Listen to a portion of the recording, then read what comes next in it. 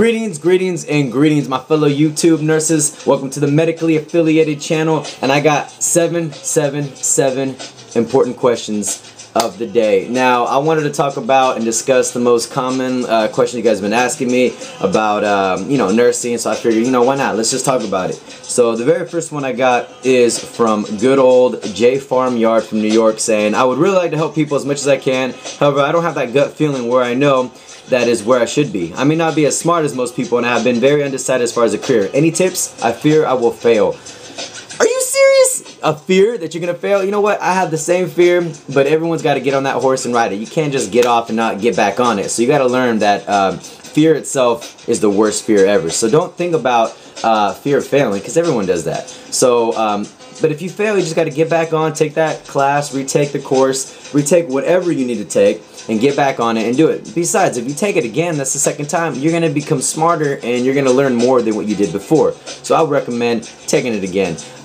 Don't fear of failing. Just don't, because that's just normal. Everyone gets scared of failing. It's just part of it. But if you lose it, if you mess it up, if you have to retake the class, it's okay. Just retake it and learn. You will become twice as smart. But don't make the same mistake twice. Okay, then you're pretty much dumb. Just kidding. I'm just saying don't make the same mistake twice. So hopefully that answered your question. Let's go to question number 2 from Thels. I can't even say his name right. 96. He says, I'm 15. I'm here. I know for the fact that I want to become an RN. Is there anything I can do to prepare before nursing school? Yes, you can go volunteer. Go to your nearest hospital. Go volunteer and talk to the CNAs, LVNs, RNs, physical therapists, x-ray technicians, doctors. You can talk to everybody there and kind of get a sense of what to expect. Plus, they'll know you by name, so when you graduate and get done with school, boom, you got hopefully a set job because they'll know who you were, and it looks good on a resume that you volunteered for a hospital. So I would definitely recommend volunteer, and you get to expect and know what to see when you get done with nursing school, and hopefully a job will be set up for you. So I would definitely say volunteer. Question number 3 says from I Am Bean, it's a cool name, says, what about tattoos? You have semi-visible tattoos. Could you be a nurse with a half or a full sleeve? You don't want to get all crazy, get tattoos on your neck or on your face like Mike Tyson, but if you want to get tattoos, make sure they're covered. If you have them on your shoulders or your back or anywhere, make sure that they're covered. You don't want to get them all visible because you're working in a professional position. So yeah, you don't want to be, imagine if your doctor comes up to you, he's got tats all over his face, but he's a smart guy. People judge, so you don't want to look like you just, all crazy, tatted up, and then, work in a position where you actually have to help people, especially in the pediatrics. Kids get a little terrified, they get scared, or if you're working with the elderly, they don't like seeing all the tats. But honestly, we have just changed the law here, regulation, I guess you want to say, in my hospital, where you have to cover the tats. So you don't want to wear a long sleeve shirt, cover up all the tats when it's during the summer. You're going to be hot and sweaty. So I would suggest get tattoos that are covered. I had my instructor say that she wanted me to go get them lasered, but I'm not going to remove all the tats. I just wear a shirt and we cover them and we're good to go. So yeah, hopefully that answers the question right there. Let's go to question number 4, and says, how do you deal with a bad mark during nursing school? It's so stressful.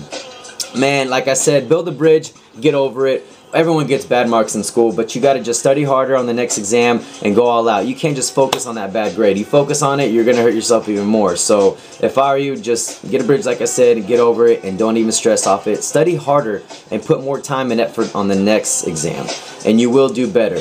Because I remember getting a bad exam or a bad test grade, and I just studied harder on the next one and I did better. So let's go to question number 5, and this one is, how do you stay focused when you have way too much going on? Besides NCLEX coming up real soon, I got kids, husband, friends, family, things. I feel like I'm going crazy with all the NCLEX stuff. Hope it all pays off. Man, it's gonna pay off. You just gotta put your time and effort. Like what I would do is, like that movie Click, I wish you could put everybody on mute, but you can't. But you gotta just put yourself in a separate room, put some Pandora on, put some music on, headphones, and just focus all out, because it will pay off. I passed the very first time, but what I did is I studied hard for it, and you gotta just put in a couple hours every time to study, because if you don't, you're gonna stress yourself out. So I would definitely recommend just studying alone.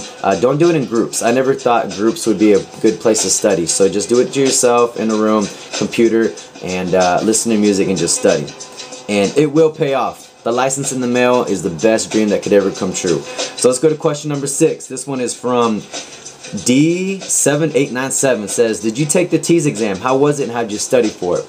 The TEAS exam was difficult. Buy the study guide. I suggest getting that. It's only like 40-50 bucks. And I would study about 2 to 3 hours a day for 3 to 4 weeks. And it's just an overall review of what you learned in prereqs and all your study classes, so when you get ready to go to nursing school, you know what to expect. So you have to pass that with a 75 or above, I think. I ended up passing with an 82. It's very basic, but you want to make sure you get the study guide in and put at least an hour, 2 hours a day studying for 3 to 4 weeks. It's a review of what you've taken before, so I wouldn't really stress off that. But yeah, just put your time and effort and it will come through and you will pass. Last question of the day, question number 7, and it is, dang, I can't even say the name. DNT Stop Dancing from Tampa, Florida says, how long did you study and prepare for the boards? Now, that's a very, very common question. I made that one my last question because everyone asked me, how did you study? What did you take? Well, I took a couple review courses and I studied, no joke, 3 months straight for about 2 to 3 hours a day. I asked myself no more than 100 questions. That's a lot.